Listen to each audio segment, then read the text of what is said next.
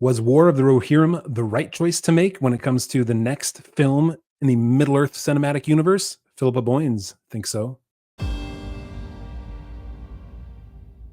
Peter Jackson, Andy Serkis, and Phillippa Boyens were interviewed for the new Gollum film announcement that came out just a little bit ago. But in that, Phillippa Boyens had an interesting quote regarding what she thought of the War of the Rohirrim.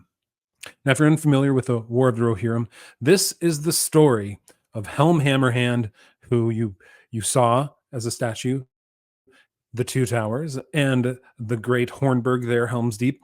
And so the story of Helm Hammerhand is essentially the story of unrequited love, kind of, I guess. So this guy named Freka comes in and asks for Helm Hammerhand's daughter. Helm Hammerhand looks at Freka and says, "You're fat, you've grown large." And Freka then insults Helm, and Helm essentially, with his hammer hand, he punches him once and kills him. His unnamed daughter, Tolkien never named her, is thus left, which is fine. She didn't want to marry the guy anyway. And Freka's folks all leave. But then years later, a year or two later, I believe it is, his son Wolf comes back because Freka was asking for Wolf's hand in marriage. So Wolf comes back with a large army of Dunlendings, and enemies of Gondor is what it says. And so we get the story. War of the Rohirrim will be an anime film. So it'll be interesting. I'm not a huge fan of anime. I love live action instead. If we could have gotten that, I would have liked that a whole lot more.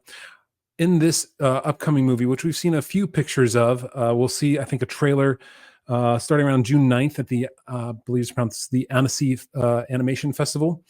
We will see those images come to life in a trailer, we're hoping.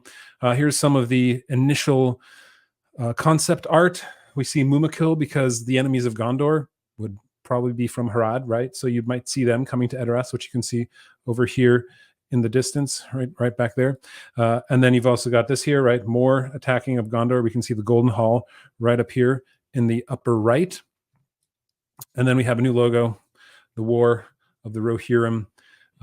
Looks very much like it's the same logo as if you look over my shoulders back there as the same logo, the same styling that you get with the Lord of the Rings. So it's kind of like, you could say the same, you had the Marvel Cinematic Universe. Here we've got the Middle-earth Cinematic Universe based on Peter Jackson and his creation of Middle-earth.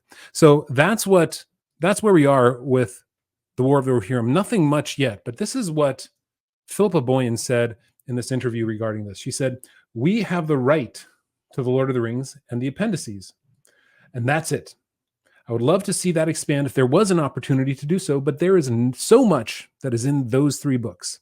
I know that especially hardcore fans of Professor Tolkien, they always get nervous that there's only so much story in those appendices, because we know there's so much more in the Silmarillion, in Unfinished Tales. There's more to be mined from what Tolkien actually wrote, instead of trying to create new stories that he didn't write. Why not just focus on what's already been successful and what already is great? So look at his stories, but they don't have the licenses to it because the Tolkien estate, run by Christopher Tolkien for so many years, hasn't sold any of those licenses yet. They held it very tightly to the vest. Now, usually once you get to the grandchildren, great-grandchildren, they'll be more likely to sell those licenses. We shall see where that goes. But look at War of the Rohirrim. It's a page and a half at first glance in the books, but there are lots of threads throughout the books. True, there's lots that you can glean about the history of Rohan just by reading the text of the Lord of the Rings. So it's not an empty 2 pages, 3 pages in the appendices. There's more to it that you can glean just because of the history that we see within the pages of the Lord of the Rings. War of the Rohirrim sits 200 years before the events of the Ring, and it really is a standalone story. Yes, unlike The Hunt for Gollum, it really is a standalone story. It was one of the reasons that I came to that story when we were looking to do something that would fit with anime. We wanted to do something that really had nothing to do with the Rings of Power or Sauron or Dark Tower or wizards even. It's a story about a people who are tearing themselves apart. So that felt like a really good fit, not only for anime, but to go into new art form, which anime is, and try and tell a story based in Middle-earth without touching really upon the live action films, if that makes sense. What it did for us, though, was reignite that passion for the world and for the work of Professor Tolkien. Thus, maybe that's what prompted them to start talking about doing another film within Middle-earth like The Hunt for Gollum.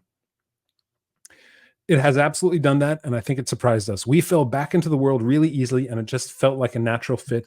It also showed us, it certainly showed me how deep that mythology runs and how much story is left to be told. Okay, so what this is kind of making clear, though, to me is that when they look at War of the Rohirrim, we understand there is an entire story there, right? There is a contained narrative that can be created from the story of Helm Hammerhand and his defense of Rohan. That's what's not there for the Hunt for Gollum right now. So they gotta, as I said in the previous video, they gotta convince us that there's a story there that we're gonna care about, because at this point we know Gollum's story, where he starts and where he ends. Without him, the ring would not have been destroyed. But to find a comprehensive story in the middle of the War for the Ring, of the War of the Ring, there is going to be difficult. I'm really curious what they see. They're talented folks who did these films.